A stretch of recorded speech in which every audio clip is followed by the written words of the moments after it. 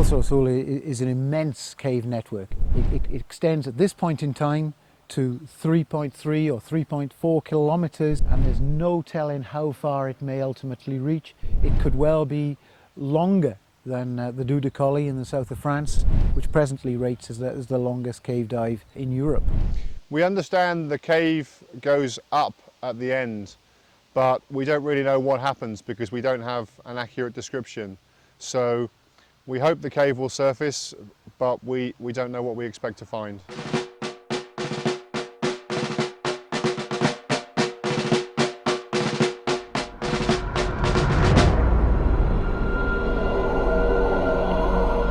then took us another hour to reach back to our 2 kilometres, our equipment, where we exchanged equipment again and carried on to the habitats at the start of sump 2.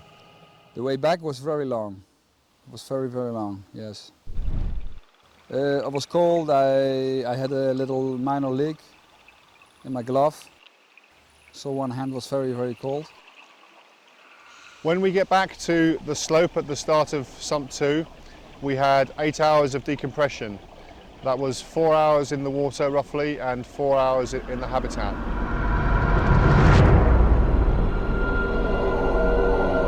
This year it's a long way out now. Another group has been and extended my line from 3.5 kilometres to 4 kilometres.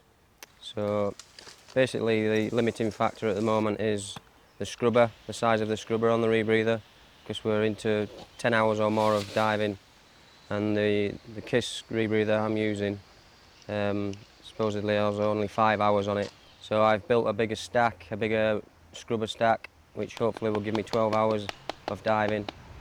So I'm going to use that combined with extra bailout tanks and bigger scooters, and hopefully we're going to get a lot further into the cave.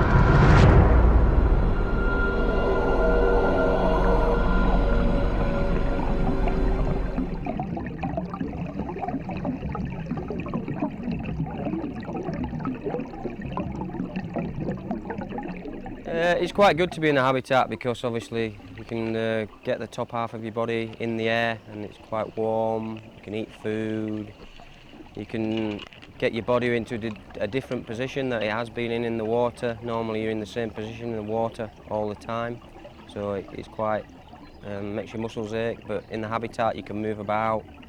Like I say, you can eat, keep warm, so it's good.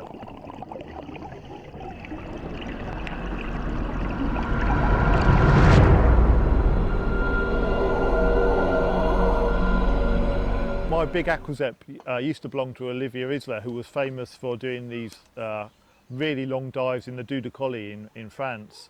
And one of his support divers had this big aquazepp, and I saw it in a cave in Italy, and I said, I want that. That's the scooter for me, because I had in my mind ideas of going to the Deux de Colly and of course coming to Pozo Azul, and this would be the perfect tool for that job.